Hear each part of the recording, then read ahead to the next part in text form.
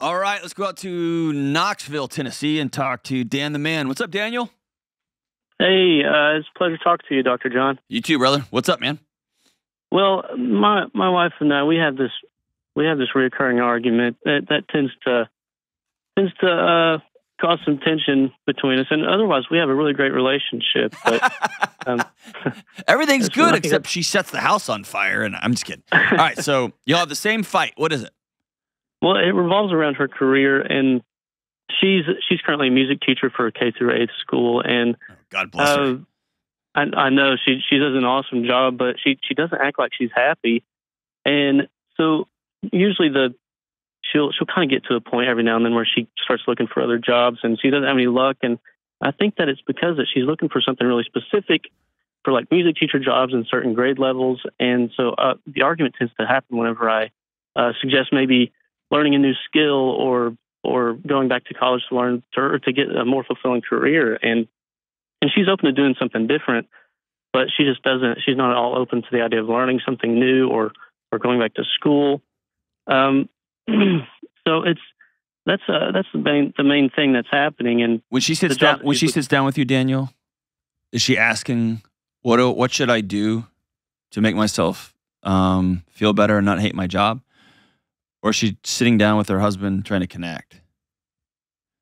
Well, I think, I think a lot of it is just trying to connect. And okay. I think that another part, like that was part of my question too. At what point, I mean, that's the tale as old as time to just listen. But when does just listening become neglectful or dismissive? Yeah, there's a difference between, well, as a man, you're trying to solve a problem. Like, I hate my job. Cool, get another one, right? There's a huge hill in front of us. All right, well, hike it or lay down, but those are your two choices, right? But instead, she might be reaching out and asking you, do you see me and do you hear me? Yeah. And so you feel it as neglectful. Have you ever simply asked, do you want me just to listen, or are you asking for my input here? Just that question. Yeah, no, I guess I need to do that. Yeah. You also, here's another thing. You also do not have to play the role of trash bin. Okay. You don't have to be a dumpster for your wife. And you can say, hey, when you come home and tell me how bad everything is in your job and how the students are terrible and the administration doesn't do anything and the parents are morons, I get really defensive because I want to take care of and love and honor my wife. Exactly. And say those words out loud. And then say, I also know you're brilliant, you're smart, and you know that I will support you to the end of time. If you want to go back to school, you want to do another thing, but I know you're not asking me to do that, but there's only so much I can hear. Mm-hmm. And it's not you not wanting to connect. It's you saying, I want to hear how your day is going, but I can only hear the complaints up to here. And I can't give you that. I can't give you that amount for you, right? I do have I remember very distinctly, I came home from one of my jobs that I'd worked at for about, 4 or 5 months. And I just kept complaining. My wife just said, hey, I've been thinking, I have a good idea. And I was like, what is that? And she goes, you should quit. And she didn't tell me, or you should go get another degree and she's like, you should quit. And that was a good wake-up call for me. Like, oh, this isn't helping anything. Here's part 2 to this. What other ways do you and your wife connect? Wow. Well, I guess that's a loaded question. We spend a lot of time together just at home after our son goes to bed, and that's kind of our time. We put him in bed early, so we kind of have time together, and we prioritize that. Okay, but what does that look like? Y'all both sitting on your couch, her on her phone, you on your phone, y'all watching some show? That's almost exactly what it looks like. That's not connection, brother. That's dying next to each other on a couch of loneliness. Okay. That's what that is.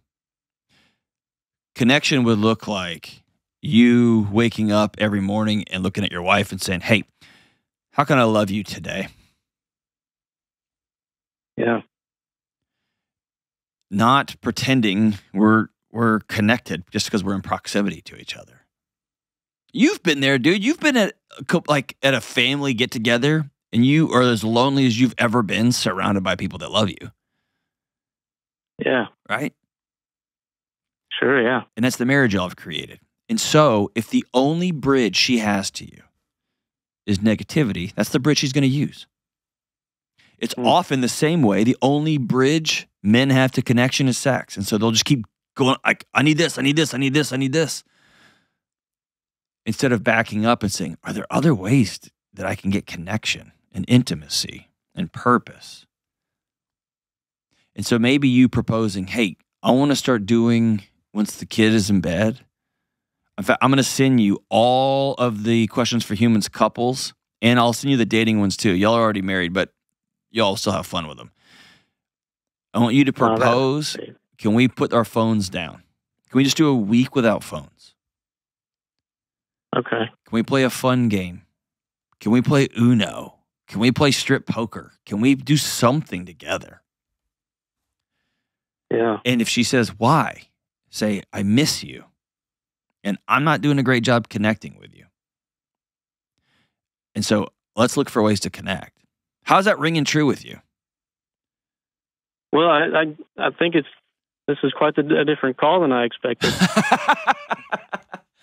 I get that a lot, man. No, it's great. I think it's one of a great direction, and I think it's very insightful.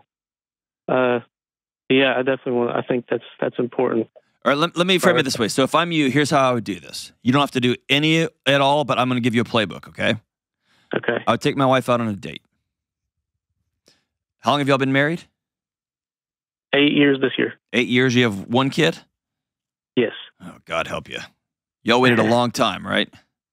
We did. All right. Here's how you have this. Oh, it's going to be fantastic. Here's what you say. We were married for 7 years, 6 years, and then we had a baby.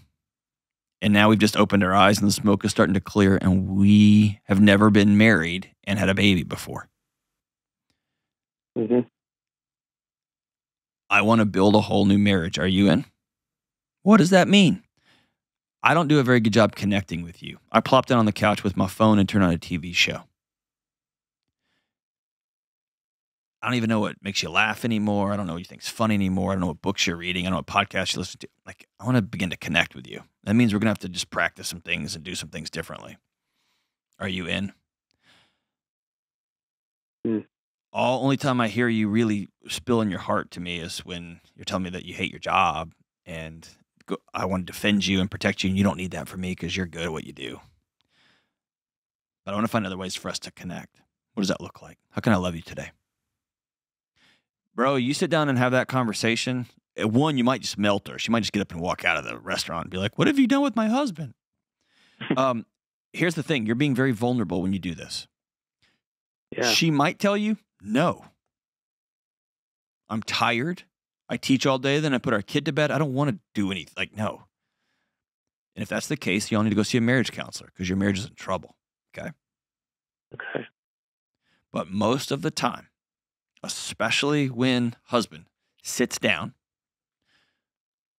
plans the night, you get the babysitter, and you are signaling it's time for us to build a new marriage because we have a new marriage, whether we build a new one or not. It's all different now. I'm in. Are you? Now you're onto something. Yeah. Okay? Yeah. How does that sound? That's awesome. I really appreciate it. I think that's much better than I even expected. Awesome. So hang on the line here. I'm going to send you those questions for humans cards. It's going to give you all a free pass to put your phones down, talk, laugh, be honest with each other.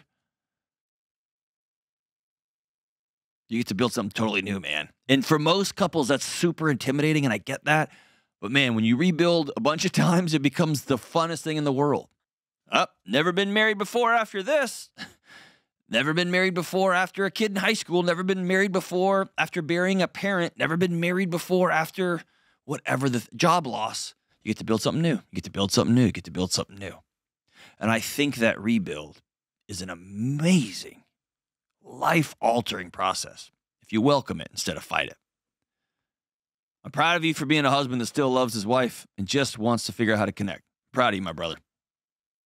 Let me know how it goes. I'll walk with you any way I can.